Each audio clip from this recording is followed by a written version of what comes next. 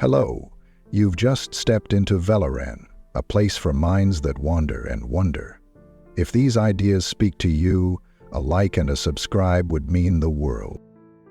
You've been turning it over in your mind for days now, that thought, that question you can't quite pin down. It rattles around in the quiet moments, on your walk to work, in the pause before sleep. It presses against your ribs, asking to be answered, but alone you struggle. It loops back on itself. It circles in the same familiar grooves. That's what happens, isn't it? When you think in isolation, your mind starts chasing its own tail. You reach the same conclusions, the same blind spots again and again. And somewhere deep inside, you know you need something more. You need another voice, another mind. You need conversation, not just idle talk, not surface chatter to pass the time, but real conversation, the kind that makes you sit up straighter, the kind that makes your heart thud a little harder, the kind that challenges you, not to win an argument, but to uncover something you hadn't yet seen. There is something sacred about sitting with another person, turning an idea over like a stone in your hands, feeling its weight, noticing its rough edges. It's not about showing off what you know. It's about seeing what you don't know, and that can be terrifying. Because conversation, real conversation, demands that you loosen your grip on certainty. It asks you to admit that your perspective may be flawed, that the way you've been thinking might not be the only way. But in that vulnerability, something remarkable happens. You start to think more clearly. You start to hear your own beliefs, not just echoing in your mind, but laid bare in words, shaped by your voice. And once they're out there, spoken, they look different, they sound different, they feel different. You can examine them now, as if from the outside. You can see where they hold weight and where they crumble. This is what Socrates understood so deeply. He wasn't content with answers handed down from authority. He didn't chase facts for their own sake. He questioned, he probed, he followed every statement to its roots. And he taught others to do the same. Because thinking is not just something you do inside your skull. It's something you do with your mouth, with your ears, with another human being sitting across from you. You've felt this before, haven't you? In the late hours of the night, in a quiet corner of a cafe, or on a long walk with someone you trust. When the conversation turns serious and you both lean in, sensing that you're approaching something real. You say things you didn't know you thought. You uncover layers you didn't know were there. The other person's questions pull threads you hadn't noticed. And slowly the knot begins to loosen, because talking is thinking, and thinking is not solitary. No matter how sharp your intellect, how deep your experience, there are limits you can't breach alone. You need friction. You need contrast, you need someone to push back, to ask why, to press when you're vague, to make you confront what you'd rather avoid. And when that happens, you inch closer to something like truth. Not absolute truth, because maybe that's a fantasy, but clearer truth, more honest truth, a truth that's been tested, refined, purified through the fire of dialogue. And here's what else happens. You learn about yourself in ways you couldn't predict.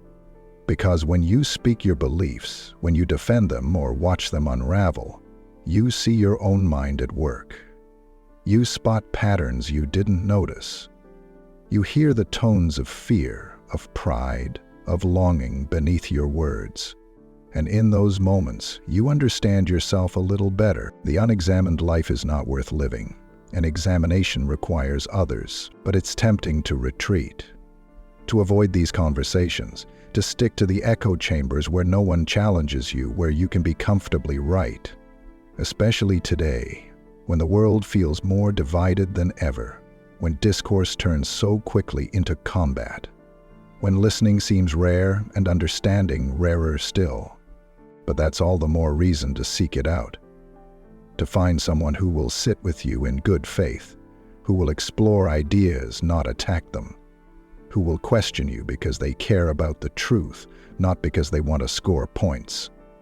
That kind of person is rare, but when you find them, hold on, because together you can think in ways you never could alone. It's not always comfortable. In fact, it often isn't. Being challenged stings. Having your assumptions exposed can feel like being stripped bare.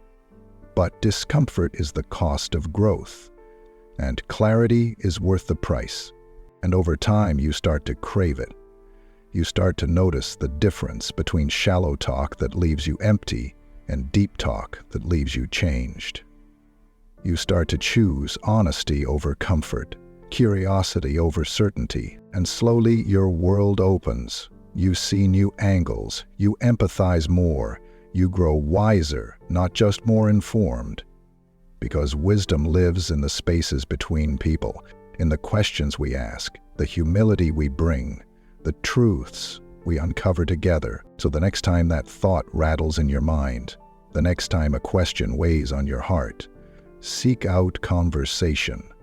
Not to be agreed with, not to be admired, but to understand, to think better, to come one step closer to something that looks a bit like truth. And in doing so, you'll not only find answers, you'll find parts of yourself you didn't know were missing. And here's something else we rarely admit. You're not the same person in your own mind as you are in conversation. Alone, you curate your thoughts, polish your opinions, you smooth out the contradictions. But when someone looks you in the eye and asks, "Why do you think that?" the cracks appear.